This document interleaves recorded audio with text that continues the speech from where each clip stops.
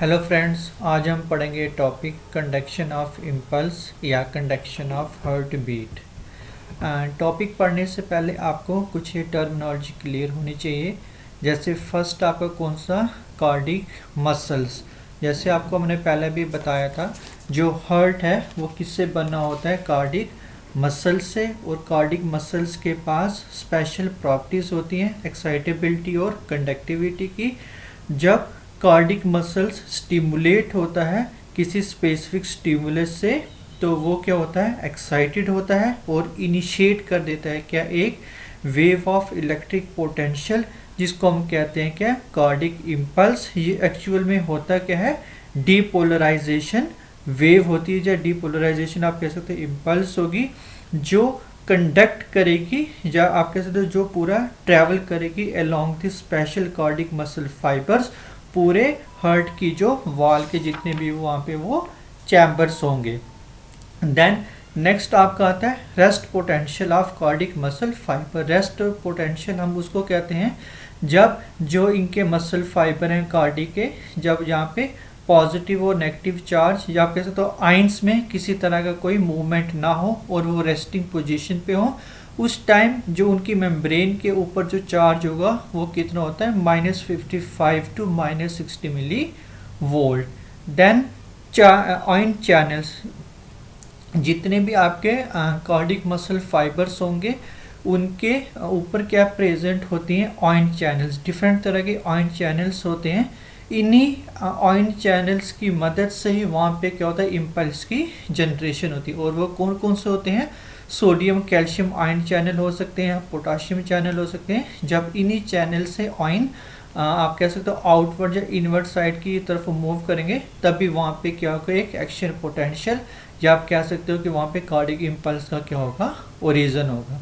Then gap junctions at intercalated disc, जिस भी cardiac muscle fibres में गैप जंक्शन और इंटरकलेटेड डिस्क का नंबर क्या होगा, ज़्यादा होगा, उनकी उतनी ही ज़्यादा क्या होगी, कंडक्टिंग पावर, मतलब उतनी ही तेज़ी से वहाँ से जो इम्पल्स होगी आगे की तरफ मूव कर जाएगी। और जिस भी कार्डिक मसल फाइबर्स में ये गैप जंक्शन और इंटरकलेटेड डिस्क क्या होंगी, नंबर में कम होंगी, तो उनकी कंडक्टिंग पावर भी क्या होगी, कम होगी। देन कंपोनेंट्स, कौन कौन से कंपोनेंट हैं जिससे आप कह सकते हो conducting system of the heart की क्या होती है, फॉर्मेशन होती है। फर्स्ट आता है इसका कौन सा, साइनो आर्ट्रियल नोड, या जिसको हम शॉर्ट पे SA नोड भी कहते हैं। ये एक्चुअली क्या होते हैं, ये होते हैं आपके एक्साइटेबल सेल्स जो सेट करते हैं कि आपके कार्डिक रिदम को। और ये कहाँ पे लोकेटेड होते हैं, near the inlet of the superior vena cava, मतलब जहाँ से वेना कोवा की ओपनिंग होती है राइट आर्टरियम पे, पर उसी के जस्ट बिल्कुल नीचे क्या प्रेजेंट होता है, ये ऐसे नोड। ये मैं आपको आगे आप डायग्राम पे भी बताऊंगा कि कहाँ पे है। और कुछ जानते हैं ऐसे नोड के बारे में, और क्या होता है, ये स्मॉल साइज्ड होता है, फ्लैट होता है, एलिप्टिकल मास होता है, किसका, स्पेशलाइज्ड कार्डिक मसल का। और ये जो SA नोड है इसको हम पेसमेकर के नाम से भी जानते हैं। वो क्यों, क्योंकि यहीं से एक्चुअली ओरिजिन होता है किसका, कार्डिक इम्पल्स का। और जो कार्डिक इम्पल्स है फिर SA नोड से आगे की तरफ क्या करती है, मूव करती है, या आप कह सकते हो आगे की तरफ वो डिफरेंट पार्ट्स की तरफ क्या करेगी, मूव करेगी। जो SA नोड है इनकी रिदमिसिटी भी एक काफ़ी हाई होती है, और इनके पास ऑटो एक्साइटेशन की भी क्या होती है, प्रॉपर्टी, मतलब इनको यहाँ से कार्डिक इम्पल्स को जनरेट करने के लिए किसी और से स्टिमुलेशन नहीं लेना पड़ता है। इसी के जो अपने पेस मेकर सेल्स होते हैं वही वहाँ से एक्शन पोटेंशियल या इम्पल्स की क्या करते हैं, फॉर्मेशन करते हैं, और वहाँ से जो इम्पल्स या एक्शन पोटेंशियल है आगे की तरफ क्या करता है, मूव करता है। ये मैंने आपको पहले भी कहा कि एक्शन पोटेंशियल की फॉर्मेशन कैसे होगी, कि इनके पास डिफरेंट तरह के आयन चैनल्स प्रेजेंट होते हैं। जब डिफरेंट फॉर्म्स में जो आयन है इन और आउटवर्ड की तरफ क्या करेंगे, मूव करेंगे, तो वहाँ से जब आयन का इम्बैलेंस होगा तभी वहाँ पे क्या होगा, एक्शन पोटेंशियल की क्या होगी, फॉर्मेशन होगी। और मोस्टली इन्वॉल्व होता है इस पे आपका कौन सा, फास्ट सोडियम चैनल, जो मोस्टली इनके केस पे इनएक्टिवेटेड रहेगा, बट इनिशियल लेवल पे जो इनका पोटेंशियल है जनरेट करने के लिए, वहाँ पे कैल्शियम सोडियम चैनल क्या होंगे, वो एक्टिवेट होंगे और वहाँ से वो क्या करेंगे, आयन के आप कह सकते हो इनवर्ड और आउटवर्ड फ्लो पे काफ़ी चेंजेस लाएंगे, जिससे वहाँ पे चार्ज का डिफरेंस होगा और चार्ज के डिफरेंस होने से वहाँ पे क्या होगा कि वोल्टेज जनरेट होगी और वही वोल्टेज एक्चुअल में क्या करेगी, वहाँ पे एक्शन पोटेंशियल की या इम्पल्स की क्या कर देगी, फॉर्मेशन कर देगी। देन नेक्स्ट आपका कौन सा आता है, आर्ट्रियो वेंट्रिकुलर नोड। जो ऐसे नोड ने इम्पल्स को जनरेट किया उसको अब आगे की तरफ जब वो मूव करेगी तो उनके ऐसे नोड और एवी नोड के बीच में एक छोटा सा आप कह सकते हो ट्रैक होता है जिसको हम कहते हैं इंटर नोडल पाथवे। और जैसे ही ऐसे नोड से इंटर नोडल पाथवे से होते हुए इम्पल्स पहुंचेगी आर्ट्रियो वेंट्रिकुलर नोड पे। इनके पास भी ये प्रॉपर्टी होती है कि ये भी एक्साइटेबल फाइबर्स होते हैं, ये भी लोकेटेड होंगे राइट आर्ट्रियम पे ही, बट इनकी पोजीशन ऐसे नोड से नीचे की तरफ होगी। और मोस्टली अगर एग्जैक्टली देखा जाए इसकी पोजीशन कहाँ पे है, ये प्रेजेंट होता है आपका interauricular septum and interventricular septum के बिल्कुल आप कह सकते हो पास में प्रेजेंट होगा। और ये क्या करेगा कि जो ऐसे नोड से इम्पल्स या एक्शन पोटेंशियल नीचे की तरफ आएगा, ये उसको क्या करेगा, कंडक्ट करेगा और कंडक्ट करके फर्दर आगे की तरफ उसको क्या करेगा, फॉरवर्ड करेगा। कैसे फॉरवर्ड करेगा, उसके लिए आगे नेक्स्ट आ जाता है bundle of his. Bundle of his का जो ओरिजिन है वो होगा एवी नोड से और ये एक्सटेंड करेगा डाउनवर्ड की तरफ, बिल्कुल वेंट्रिकल के अपेक्स की तरफ। और जैसे ही अपेक्स की तरफ जाएगा तो वैसे ये दो ब्रांच पे क्या हो जाएगा, डिवाइड हो जाएगा, लेफ्ट और राइट ब्रांच पे।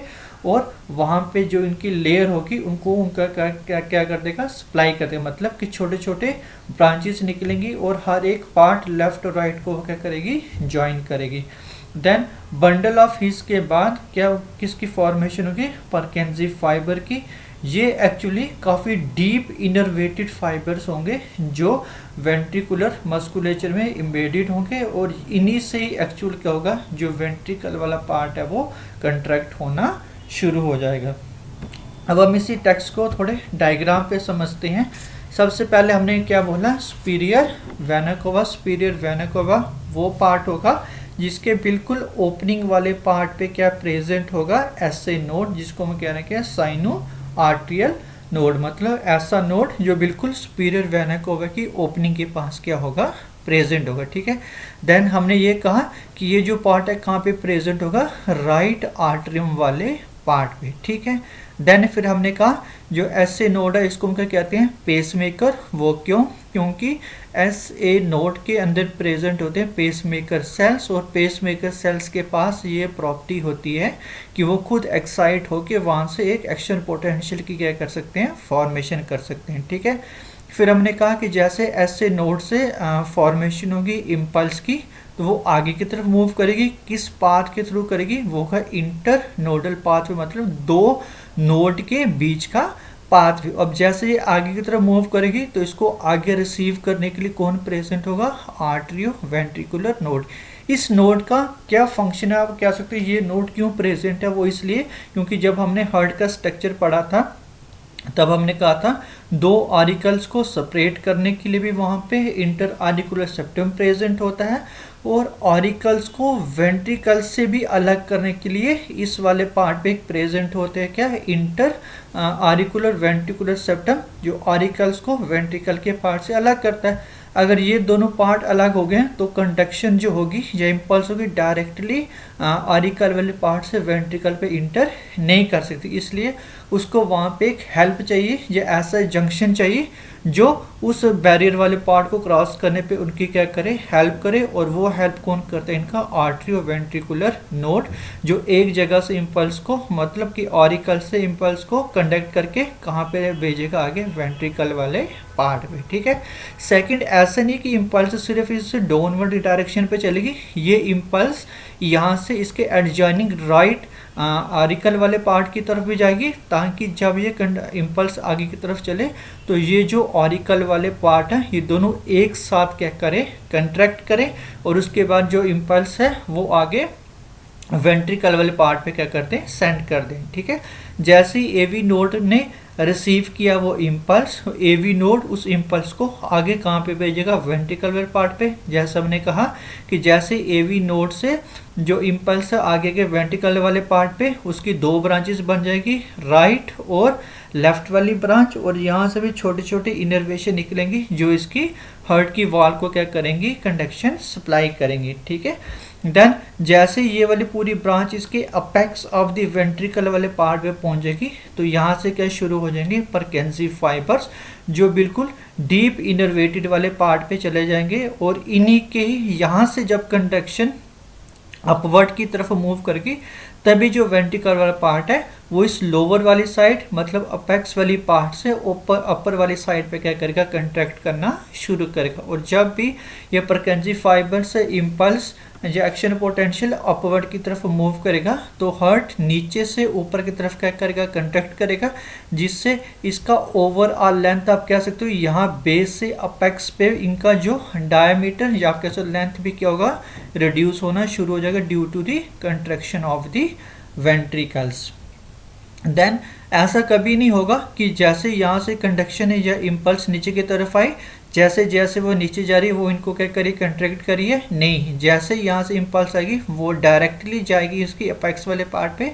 जब अपेक्स वाले पार्ट्स वो अपवर्ड की तरफ मूव करेगी तब यहाँ से जो कंट्रैक्शन है वो अपेक्स वाले पार्ट से अपर वाले पार्ट की तरफ होना वो शुरू हो जाएगा। ठीक है, इन शॉर्ट हम दोबारा से रिवाइज करते हैं कि क्या होगा। सबसे पहले एसए नोड के पास या जिसको हम पेस मेकर कह रहे हैं, इनके पास पेस मेकर सेल्स होंगे। उनकी ये प्रॉपर्टी है कि वो खुद ही आप कह सकते हो कि स्टिमुलेट होते हैं। स्टिमुलेट होने के बाद आयन चैनल्स में चेंजेस होगी, आयन चैनल्स में चेंजेस होने के बाद वहाँ पे एक्शन पोटेंशियल या इम्पल्स की फॉर्मेशन होगी।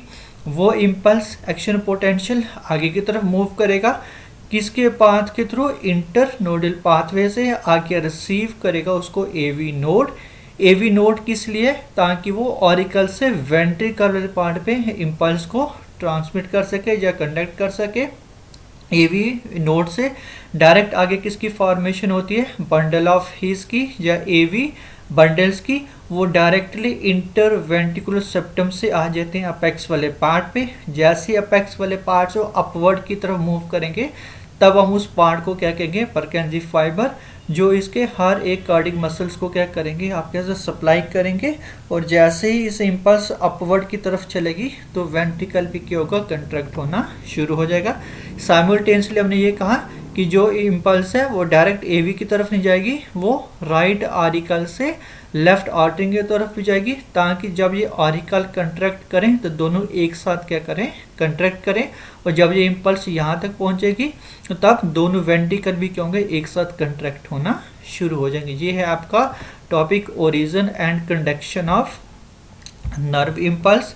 देन अब इसका कंट्रोल, मतलब एक तरफ से तो हमने ये कहा कि जो पेस मेकर है वही उसके पास कैपेबिलिटी है कि वो खुद ही वहाँ से क्या कर सकता है, जनरेट कर सकता है। हम जनरेशन की बात नहीं करें कि इम्पल्स एक्शन पोटेंशियल कैसे जनरेट हो रहा है, हम कह रहे हैं भाई उसको कंट्रोल। अगर उसकी हार्ट बीट या इम्पल्स रेट को कभी तेज़ी से इंक्रीज करना है या उसको डिक्रीज करना है तो उसके लिए हार्ट के पास एक कंट्रोल रहता है। और उसको कंट्रोल को कौन सेंस करते हैं, उसके प्रेशर रिसेप्टर्स। कुछ प्रेशर रिसेप्टर्स प्रेजेंट होते हैं किसके ऊपर, एरोटा के ऊपर या कॉमन कैरोटिड आर्टरीज के ऊपर, जो डिटेक्ट करते हैं कि हार्ट जो वहाँ से ब्लड को पंप कर रहा है उसका प्रेशर क्या है, और उसी प्रेशर को सेंस करके वो एक नर्व इम्पल्स जनरेट करते हैं। और वो नर्व इम्पल्स किसको सेंड करते हैं, कार्डिक सेंटर को। और वो कार्डिक सेंटर कहाँ पे प्रेजेंट होता है, मेडुला ऑब्लोंगेटा में। जैसे ही वो एक्शन या वो सिग्नल मेडुला ऑब्लोंगेटा में पहुंचा, अब वो देखेगा कि उस सिग्नल को मैंने किस तरह से इंटरप्रेट करना है। फिर मेडुला ऑब्लोंगेटा एक्टिवेट कर देगा या तो ऑटोनॉमिक जो नर्वस सिस्टम है, ऑटोनॉमस नर्वस सिस्टम को। और इस पे दो पार्ट आपके रहते हैं, एक आता है सिंपैथेटिक और एक आता है आपका पैरासिम्पैथेटिक। ठीक है, अगर तो मेडुला ऑब्लोंगेटा ने सिंपैथेटिक नर्व को क्या किया, एक्टिवेट किया, तो ये क्या करेगा, इंक्रीज कर देगा आपकी क्या, हार्ट बीट और उसकी कंट्रैक्टिलिटी। ठीक है, अगर उसने पैरासिम्पैथेटिक नर्व को क्या किया, एक्टिवेट किया तो उससे आपकी जो हार्ट रेट है वो क्या हो जाएगी, डिक्रीज हो जाएगी। मतलब कि ये डायरेक्टली इनर्वेट करेंगे आपके एसए नोड को। अगर एसए नोड को सिंपैथेटिक नर्व से सिग्नल आ रहा है तो वो बड़ी तेज़ी से वहाँ से एक्शन पोटेंशियल को जनरेट करेगा, जिससे आपकी हार्ट बीट या कंडक्शन काफ़ी तेज़ी से चलेगी। अगर वही एसए नोड को अगर पैरासिम्पैथेटिक नर्व से सिग्नल आ रहा है तो वो वहाँ से पेसमेकर को उसकी एक्टिविटी को थोड़ा स्लो डाउन करेगा, जिससे हार्ट बीट आपकी कम हो जाएगी, या आप कह सकते हो वहाँ से एक्शन पोटेंशियल की जो फॉर्मेशन है वो कम होना शुरू हो जाएगी। और यही चीज़ हमने आगे भी कहा कि दीज नर्व्स, ये जो दीज नर्व्स मीन्स ये सिंपैथेटिक और पैरासिम्पैथेटिक नर्व इनर्वेट करेंगी एसए नोड को, फिर चेंजिंग दी बेसिक रिदम। फिर वो डिपेंड करेगा कि एसए नोड को सिंपैथेटिक नर्व फाइबर से सिग्नल आ रहा है या पैरासिम्पैथेटिक नर्व फाइबर से आ रहा है, ठीक है। इसके अलावा कुछ हार्मोन्स भी होते हैं, वो भी हमारे हार्ट बीट को क्या करते हैं, कंट्रोल करते हैं। जो हमारा एड्रेनल ग्लैंड जो किडनी में प्रेजेंट होता है वो दो हार्मोन्स को रिलीज करता है, एक होता है आपका एपिनेफ्रिन और एक होता है आपका नॉर एपिनेफ्रिन, ठीक है। ये दोनों ही क्या करते हैं, हमारे हार्ट बीट को इंक्रीज करते हैं, ये डिक्रीज कभी नहीं करेंगे। बट दोनों का एक्शन करने का जो आप कह सकते हो कि पॉइंट है या वो इनका थोड़ा डिफरेंट रहता है।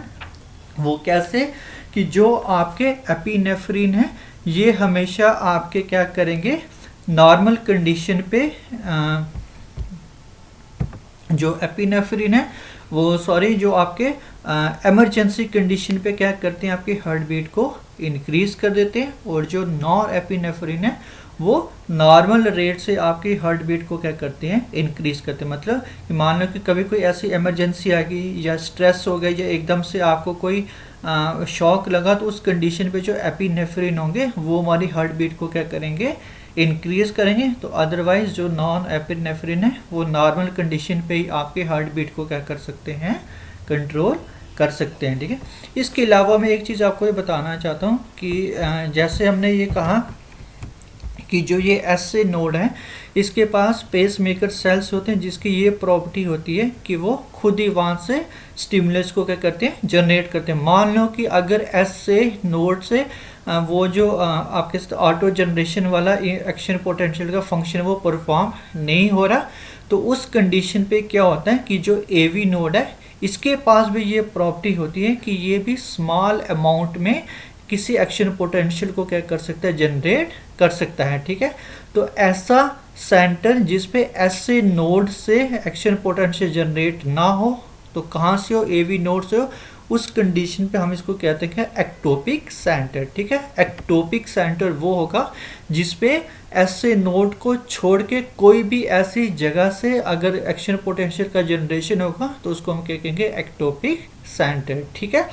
आपने कॉमनली सुना भी होगा कि मोस्टली किसी को भाई पेस मेकर पड़ा है, ठीक है। पेस मेकर का ये मतलब है जब ये एसए नोड अपना फंक्शन सही ढंग से परफॉर्म नहीं करता तब हम आर्टिफिशियली एक पेस मेकर उसके हार्ट के ऊपर क्या करते हैं, इंस्टॉल करते हैं, जिसका ये फंक्शन रहता है कि वो वहाँ से इलेक्ट्रिक स्टिमुलस से वहाँ से एक्शन पोटेंशियल का क्या करे, जनरेशन करे।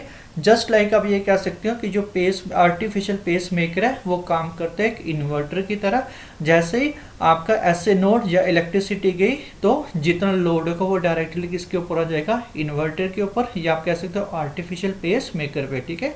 एसए नोड अगर फंक्शन परफॉर्म नहीं करेगा तो एकदम से जो आर्टिफिशियल पेस मेकर है वो वहाँ से इसको क्या कर देगा, इनिशिएट कर देगा, वो नॉर्मल ढंग से जो आपका हार्ट बीट है वो वहाँ से चलना शुरू हो जाएंगे, ठीक है। तो ये था आज आपका topic, origin and conduction of impulse या हार्ट बीट। अगर आपको ये वीडियो पसंद आया हो इसको लाइक और शेयर करें और चैनल को सब्सक्राइब करना ना भूलें।